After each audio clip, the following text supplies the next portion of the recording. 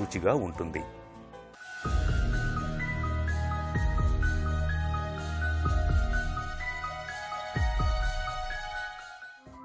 ప్రతిరోజు మనం తలదువ్వుకునేటప్పుడు గాని, తలస్నానం చేసేటప్పుడు గాని, తలకు నూనెను రాసుకునేటప్పుడు గాని సుమారు 50 వెంట్రుకల వరకు రాలే అవకాశం ఉంటుంది.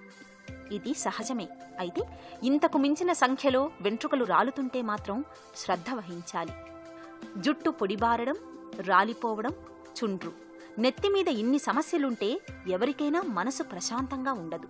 ఇలాంటప్పుడు జుట్టు రాలడాన్ని అరికట్టడానికి కోడిగుడ్డు, పెరుగు, అరటిపండు, ఆలివ్ నూనె, నిమ్మరసాల మిశ్రమాన్ని జుట్టుకు పట్టిస్తుంటే మంచి ఫలితం కనిపిస్తుంది.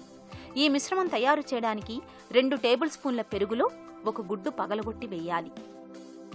దీనికి సగం అరటిపండు, నిమ్మరసం, ఆలివ్ నూనె 1 టీ స్పూన్ చొప్పున జోడించాలి.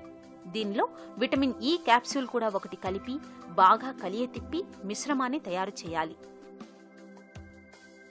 షాంపూతో తలస్నానం చేసిన తరువాత ఈ మిశ్రమాన్ని కుదుళ్ల వరకు పట్టించాలి. 15-20 నిమిషాలు అలానే ఉంచి మంచినీటితో శుభ్రం చేసుకోవాలి. బయోటిన్తో పాటు అనేక పోషకాలుండే గుడ్డు కుదుళ్లకు బలాన్ని చేకూరుస్తుంది.